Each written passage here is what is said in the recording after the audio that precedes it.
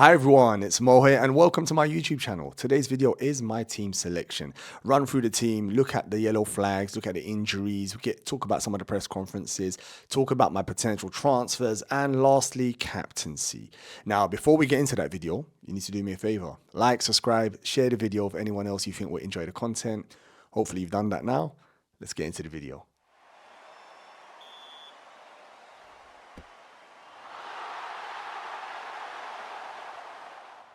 Right, let's look at my game week 14 team. See how we're going to sort this mob out to try and get a green arrow. So I've got two free transfers. Let's start with Areola versus Crystal Palace. You'd like to think there's a clean there, but the way this season's gone, no one's getting no clean sheet. So yeah, I'm not having any hope there. Lascelles versus United. Again, a bit of a tricky fixture, but Newcastle very strong against the bigger teams, and you saw what they done to Chelsea last week, and they resisted 90 minutes of non-stop attack against PSG as well. So the defense is solid when they're on it. Cash versus Bournemouth, inferior, decent fixture, but Cash very frustrating. Substitutions, that silly yellow card, and not exactly keeping any clean sheets or assists. So seems an easy sell, which I'll talk about later on. Simicast versus Fulham, gorgeous fixture. I know he played a bit during midweek versus Lask, but still, I expect him to start. Salah currently with the captaincy, which we'll talk about a bit more as well, versus Fulham at Anfield. I don't expect Salah he's returned in every game this season apart from two at home in the Premier League. He's chasing another record to get the 200 goals, and it just seems like the stars are aligning for me. I expect Liverpool to score 3 or 4 goals versus Fulham. Louise next to him, again, like Cash, got Bournemouth away. Last week he was a gem with the assist and the bonus points. He's on the chopping block this week.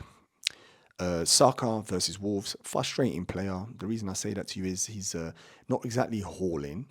So some people want to get rid of him and go for someone like, say, a Son or Mbuemo. But then again, he's so consistent. He does make you doubt.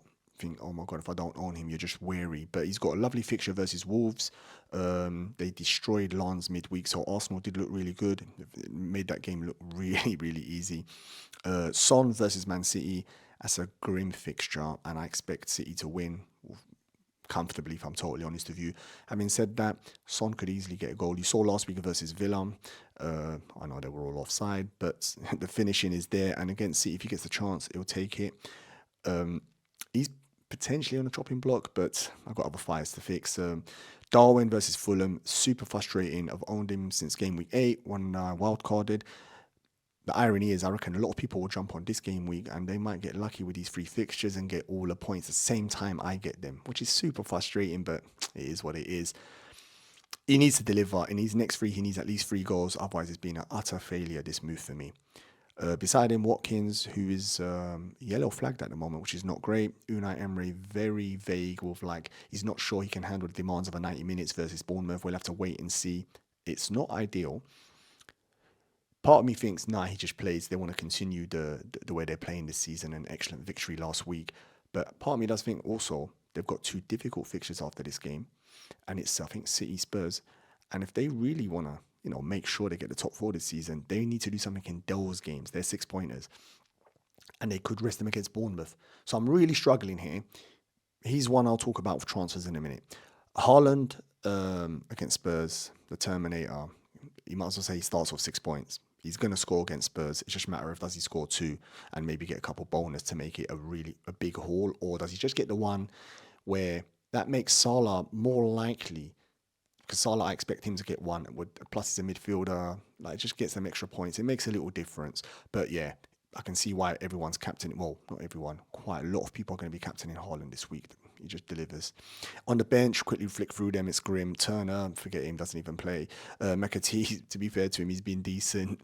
For his price. He's meant to be 3rd bench order, but my bench is so grim. He's currently 1st. He's got Burnley away. Kabore, I need to check on him. I've not seen an update on him. Surely that head concussion protocol should have calmed down and he should be allowed to play. If that's the case, I'll make him first sub. He's got Brentford away. And then Lamptey. There's no point. Let's just leave it. Lamptey. Anyway, let's think about a couple of transfers. First one I'm considering, it's a pretty straightforward. I think loads have already done it and made 0.2 on it. I've waited, I've gambled that I can get some more information to help me here. But basically cash for Gabriel. Gabriel's been solid when he plays for Arsenal. Arsenal arguably the best defence in the Premier League. One of the few teams keeping a couple clean sheets.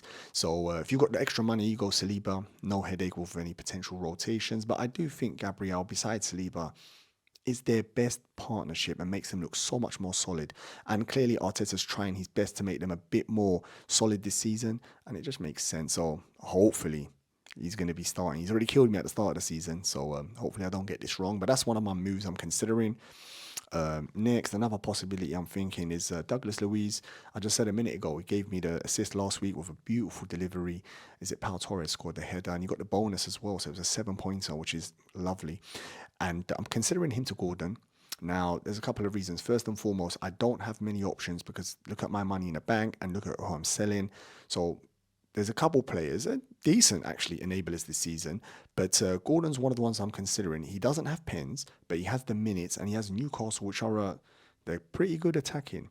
I need to get into my head, and possibly you, that Newcastle are just not a defensive unit. They're very good in attack. They're very, you saw how they peppered Chelsea last week. If you look at their stats, their XG and the amount of goals they've scored, they're up there. So we need to definitely think about them in attack. So he's one I'm considering. Money-wise, it's not a problem. So I can wait till the last minute before I make this move here. Fixture this week in Manchester United, which I expect Newcastle to score 2, and you'd like to think he's in at least one return. Another move I'm considering as well is Luiz again to Palmer. The advantage is, what does he have over Gordon? Penalties is the first thing that stands out. I mean, even without the penalties, his stats have been a little bit better. Chelsea's fixtures are going to get really good. All the pros, part of me weighs more to this transfer. The only small thing in the back of my mind is Nkunku. Now you think, what's Nkunku got to do with him? Well, there's a couple of things. First of all, just say, I'm not sure how close Nkunku is. I know he's team training, which normally means they're pretty close, because normally we're doing individual training. It means you're still not ready yet. But once you're brought back into team training, it means you're worthy of getting into the squad and whatnot. So who knows what's going to happen there. But if he does play penalties, what happens there? Normally a marquee big player like that, an attacking player like that, is going to want the penalties, because he's going to want his numbers and stats up. But Palmer's been incredible with the penalties. So that's one thing in the back of my mind. It could be, of course, I'm just overthinking this. But penalties is one of them. But also minutes and potentially even starting. Because Nkunku coming in, he's not going to play in midfield three, so the front three. Raheem, I think, is one of the senior players. It'd be difficult for Poch to drop him, especially he gambled. Realistically, he moved from a rotation position at City, where he was winning non-stop, to come to a team where he's going to get rotated and they're winning nothing. It seems difficult, that one. That's a hard. I could see Raheem being problems in the changing room. So that one's an interesting one. So, and then you've got Jackson up front, which even I gave him some stick at the start of the season, but he does give the team a lot. The off-the-ball running the channels, the work rate. No way. Even a fully fit Nkunku's not doing that. He's not that type of player. Not being rude. He's coming to get onto the ball and cause havoc. He's not doing them doggy runs in between centre backs, in between fullback. He's not doing that. And Jackson does. So he gives the team a lot off the ball. So that's going to be interesting as well there. And then you've got the youngster, Palmer. Normally managers, the easy route is you just bench the youngster. What can they say? They should be grateful for the minutes they get. So this is my experience in football. It does happen, believe it or not, but it will be so harsh, as Palmer's arguably been the standout player at Chelsea. So it's going through the back of my mind. Worst case scenario, I bring him in and Nkunku pops out, and then this guy either loses 45 minutes or, in worst case, even stops playing and loses the penalties. That would, oh my goodness. But as I said, I could be overthinking it. So that was the 3 moves I was thinking about yesterday and today. But today with the Watkins flag, I've also started to comprehend getting rid of him. If he's 50-50 against Bournemouth, which is a juicy fixture, then he's got 2 grim fixtures, and I don't care how good Villa have been at home or against being good this season. If it's, say, City and Spurs, the probability of Watkins scoring goal, it drops a little bit.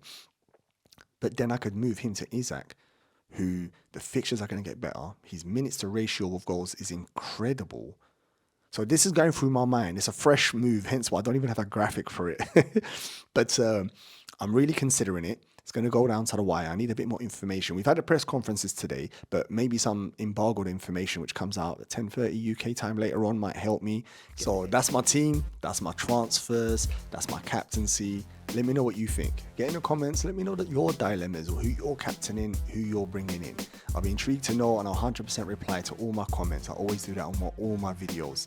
Now, don't forget the deadline. It's creeping up real quick. I know we want to get last minute information, but make sure your bus team, make sure you're locked in and everything in place just in case you forget. You know, it's Friday night, you might be busy doing something and you do not want to miss a deadline. It's the most painful thing in FPL.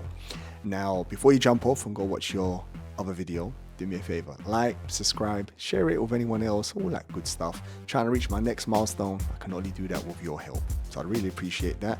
And on that note, I'm going to wish you good luck and I'll see you on my next video.